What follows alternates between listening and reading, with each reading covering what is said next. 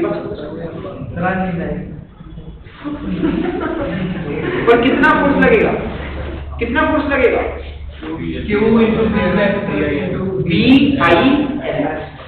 BIL। और फोर्स का डायरेक्शन मैं कैसे बताता हूँ? By Fleming left hand. अच्छे नहीं करें फ्लेमिंग लेफ्ट हैंड, तो बना भी आएगा फ्लेमिंग लेफ्ट हैंड। और बेटा Fleming left hand rule was used to find out the direction of force on a current carrying wire placed in magnetic field। तो अब बेटा इस वायर के ऊपर देखो, इस वायर के ऊपर फोर्स कितनी लग रही है? मैग्नेटिक फील्ड अंदर को और करंट किस डायरेक्शन में जा रहा है? नीचे को। तो इसके ऊपर फोर्स किस डायरेक्शन में आ रही है? राइट डायरेक्शन में। तो यानी कि अब इस वायर के ऊपर फोर्स लग रही है जो कि इस डायरेक्शन में फोर्स लग रही है, इस डायरेक्शन में वायर में फोर्स है। बस नहीं बेटा एक बात को समझना, इस वायर के अंदर करंट क्यों आया? Due to the velocity. और ये वायर मूव कैसे करेगी? अपने आप तो मूव ही करने वाली है नहीं, इसको मूव कौन करवाएगा? हम मूव करवाएंगे। ठीक है, कैसे करवाएंगे? इसके ऊपर एफ एक्सटर्नल लगाएंगे, एफ एक्सटर्नल फोर्स लगाएंगे। देखो अब एक बात को समझना, अगर आपको ये कंसेप्ट समझ में आ गया, यानी कि आपके पास है यानी कि यूज कर रहे हो, ऐसा नहीं बोलूंगा कि नहीं है, क्योंकि that is a very bad thing God ने हम सभी को दिया। ठीक है, यानी कि ये हो जाएगा कि हाँ भी यूज कर रहे हैं थोड़ा,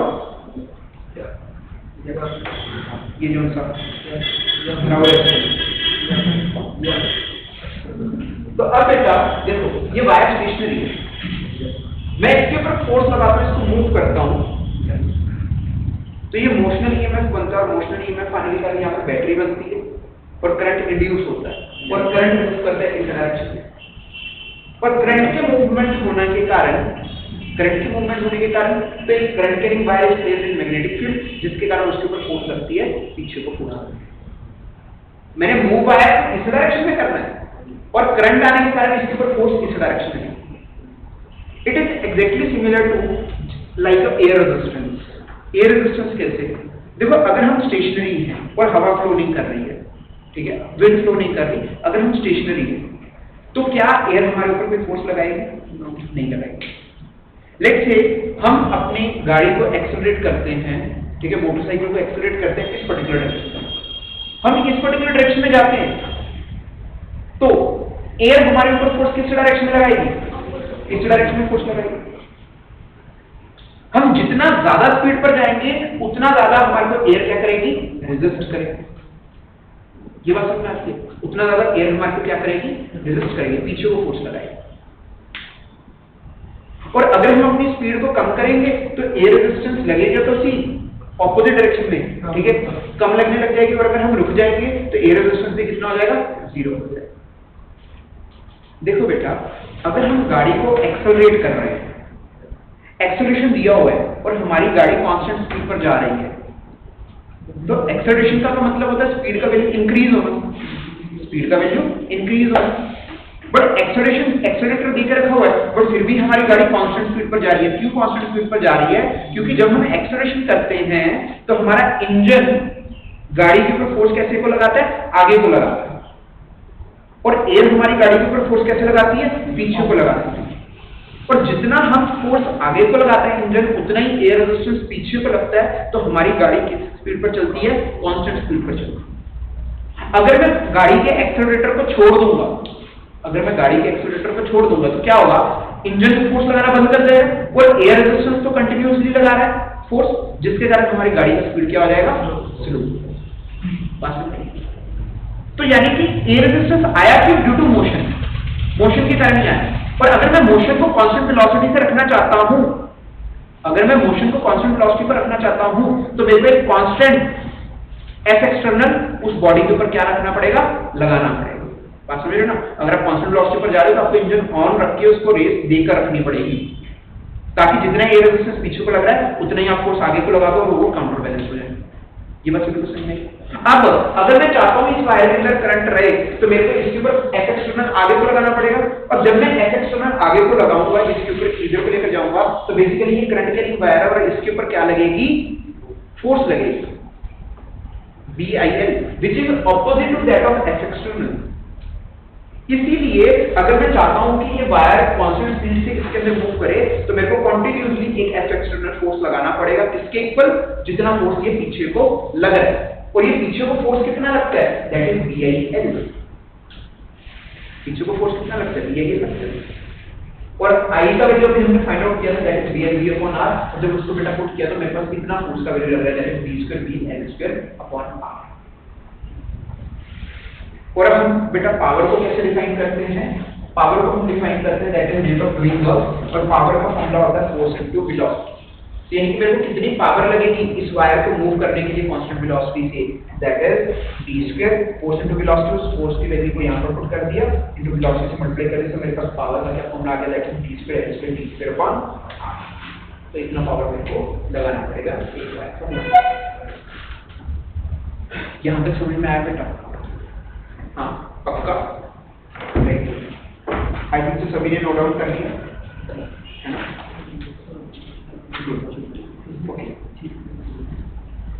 लास्ट क्लास में बेटा मैंने आपको DNV करवा तो दिया था, ठीक है, बट एक कंसेप्ट ना मैंने आपको थोड़ा सा और अच्छे से थोड़ा सा समझते हैं उस कंसेप्ट को, ठीक है, फॉर योर बेटर अंडरस्टैंडिंग।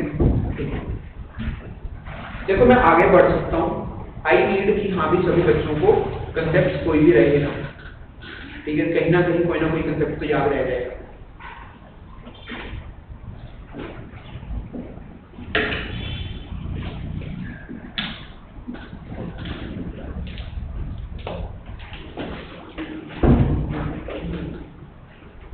साहिल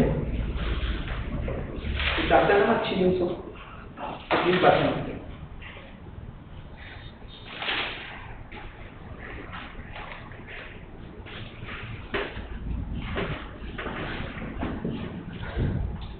हमने बेटा कल एक ऐसा लूप बनाया था और हमने बोला था ये लूप ये डिनोमिनेटर है, यहाँ पर मैग्नेटिक फील्ड कितने रीजन के अंदर है, मैग्नेटिक फील्ड कितने रीजन के अंदर है, जहाँ पर प्रोसेस लगाने में कितने रीजन के अंदर मैग्नेटिक फील्ड है, राइट बेटा। पर जब ये वायर मूव करेगी, आगे को मूव करेगी, ठीक है, जितने टाइम के लिए ये मैग्नेटिक फील्ड के अंदर है, इस स्फीयर के अंदर है, तो इसमें से क्या फ्लक्स चेंज होगा, नहीं चेंज होगा, क्योंकि मैग्नेटिक फील्ड अगर ये थोड़ा सा आगे मूव करके यहाँ पर आ जाती है कॉइल, तो अभी भी मैग्नेटिक फील्ड के अंदर कितनी कॉइल है, एरिया उसका A ही अंदर, तो flux will be into B, ठीक है। कुछ टाइम के बाद ये कॉइल थोड़ा सा बाहर आ जाएगी, ठीक है,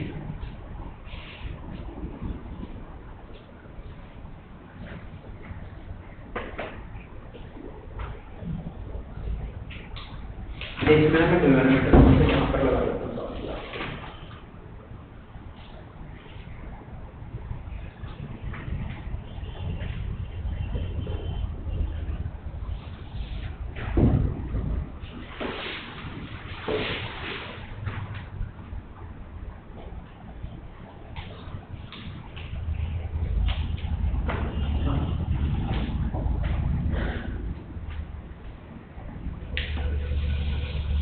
बेसिकली बेटा यहाँ पर हमारे पास ये क्लोज्ड कॉइल है, इस क्लोज्ड कॉइल के अंदर हमारे पास ये वाली जो वायर है, दिस वाला, ये इधर को मूव कर रही है वेलोसिटी v से, ठीक है। अगर जो सी वायर मैग्नेटिक फील्ड को कट करके जा रही है ना, तोड़ते हुए जा रही है, जैसे magnetic field is like this, अंदर की तरफ जा रही है, और ये वायर ऐसे है जिसको कट करते हुए आ रही है परपेंडिकुलरली, ठीक है। तो अब ये वायर क्या बनेगी, एक बैटरी बनेगी। इसका लेंथ कितना है इस वायर का, L लेंथ है इस वायर।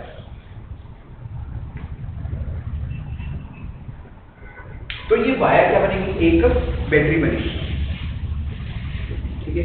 और इसके अंदर बैटरी का डायरेक्शन क्या होगा, ऊपर पॉजिटिव होगा या नीचे पॉजिटिव होगा, वो कैसे बताया जाएगा, फ्लेमिंग राइट, क्योंकि देखो direction of current is given by Fleming's right hand rule and direction of force is given by Fleming's left hand.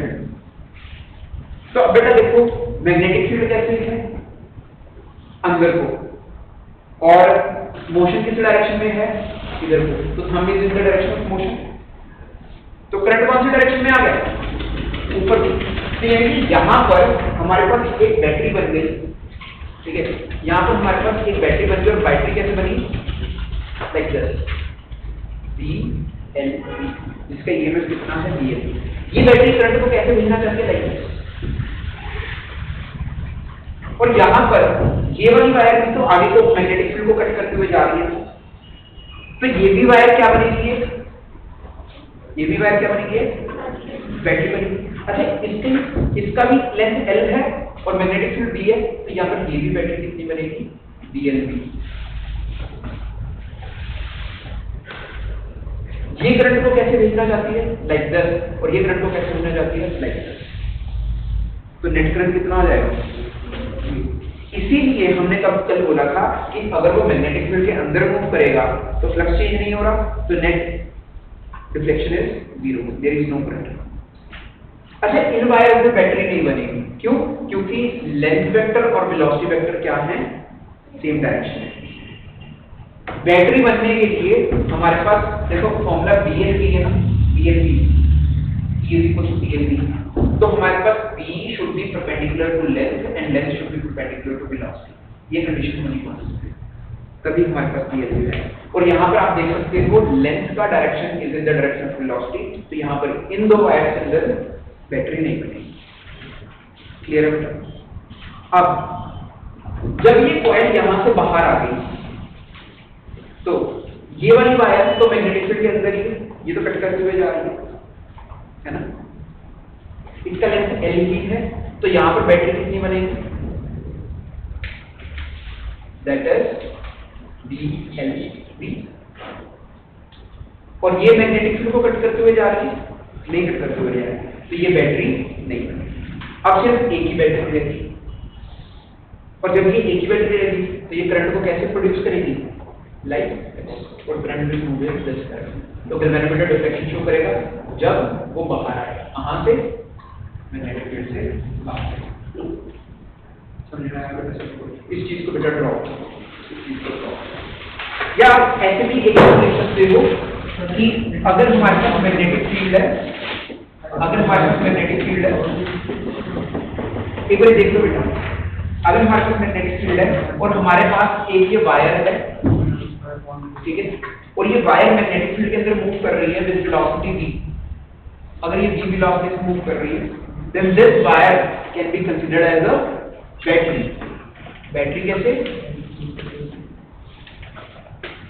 इसके अंदर वेलोसिटी इस डायरेक्शन में है, तो मैग्नेटिक फील्ड अंदर को वेलोसिटी इस डायरेक्शन में, तो दिस इज अ बैटरी, और इसका ईएमएफ कितना है E is equals to BL, इसका EMF and E is equals to, ठीक है, एंड पॉइंट आप लिख सकते हो direction is given by direction of battery is given by Fleming's right hand।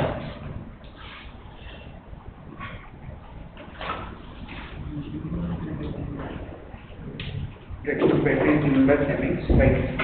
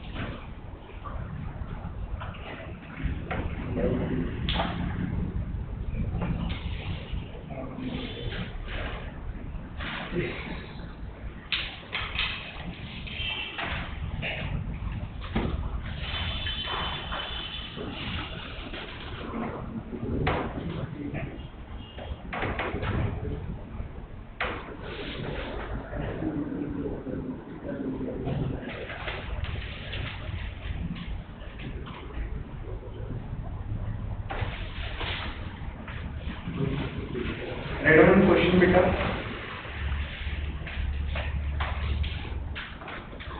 Magnetic flux through a coil. Magnetic flux through a coil varies with equation. यहाँ से लिखो.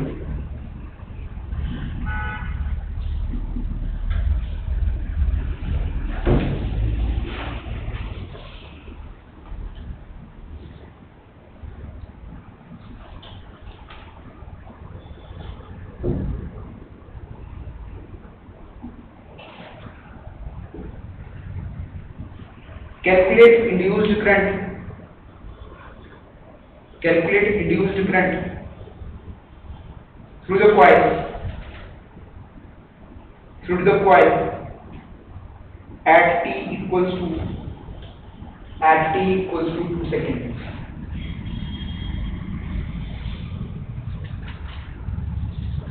Calculate current through the coil at t equals to 2 seconds. If resistance of the coil is 3.1 ohm. If resistance of the coil is 3.1 ohm.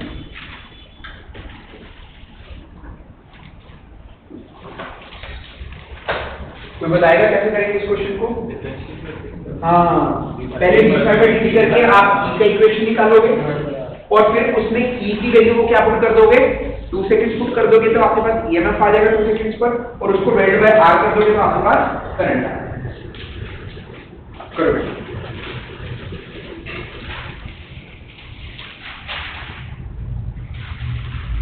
Differentiation सब सभी को करना आता हो.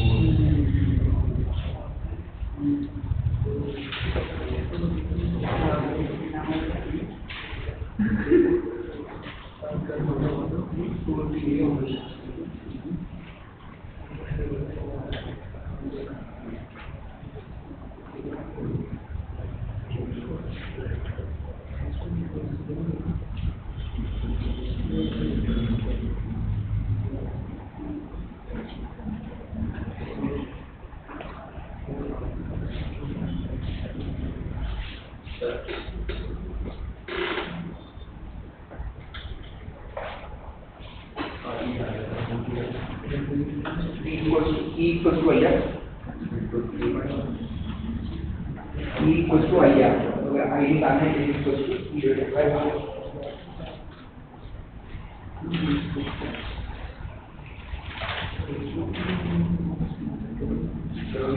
हाँ, एक ये इन्फिनिटी वाली है. इन्हों E की वैल्यू फाइंड आउट करनी है. तो इन्हों डिफरेंशिएट करना है. इसके लिए T की वैल्यू 2 पुट कर. T की वैल्यू 2 इस डिफरेंस आगे T की वैल्यू 2 पुट कर 40.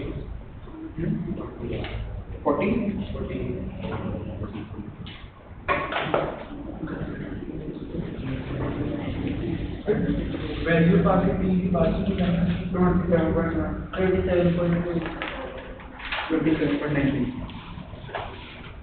सर डिफरेंशिएशन करके वैल्यू पाके फिर की करना ये मैं फाजी की बता दूं. चलो वोल्टेज पता है, रेजिस्टेंस पता है, करंट की वैल्यू 21.45.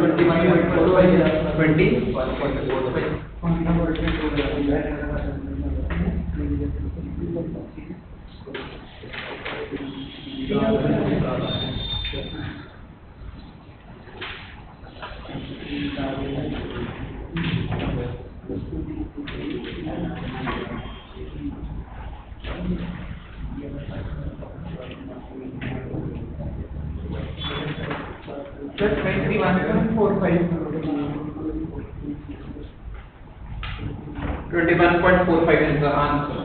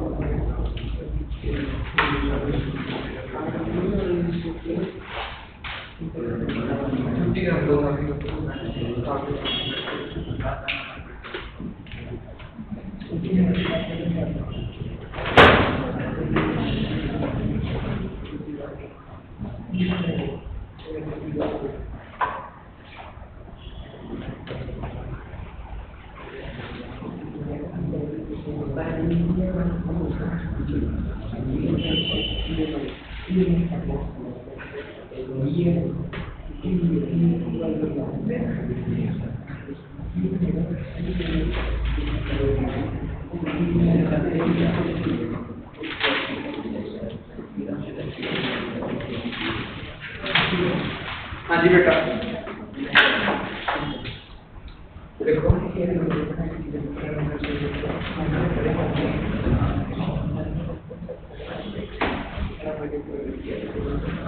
भैया आपके पास फाई गिवन है, आपको पता है E किसके इक्वल होता है, d फाई बाय dt के इक्वल होता है।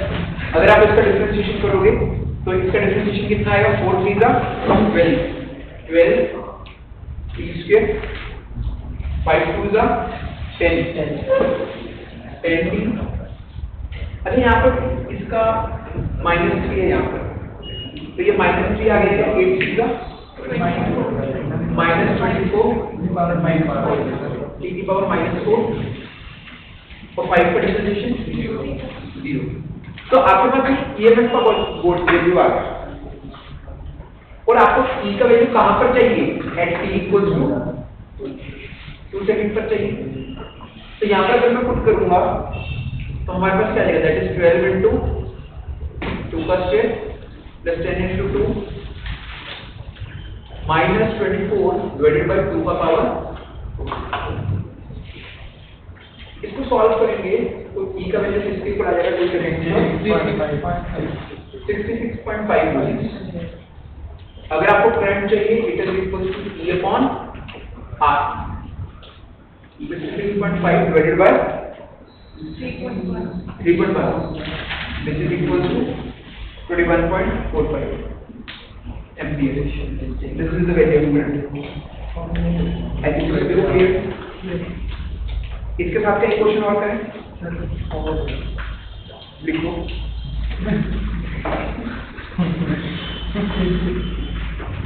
magnetic flux varies with the equation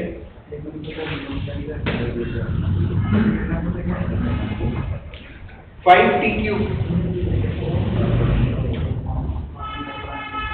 4t square plus 4t square plus 2t minus 5.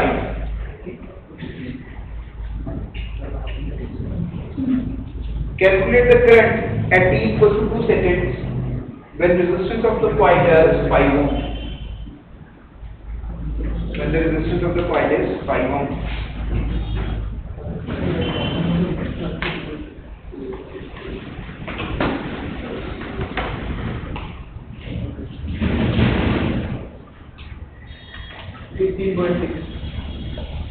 Good.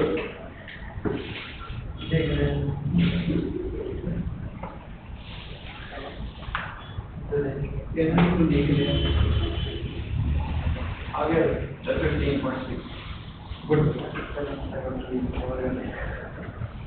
Sir 15.6 नहीं है वो भी है जी आंसर 15.6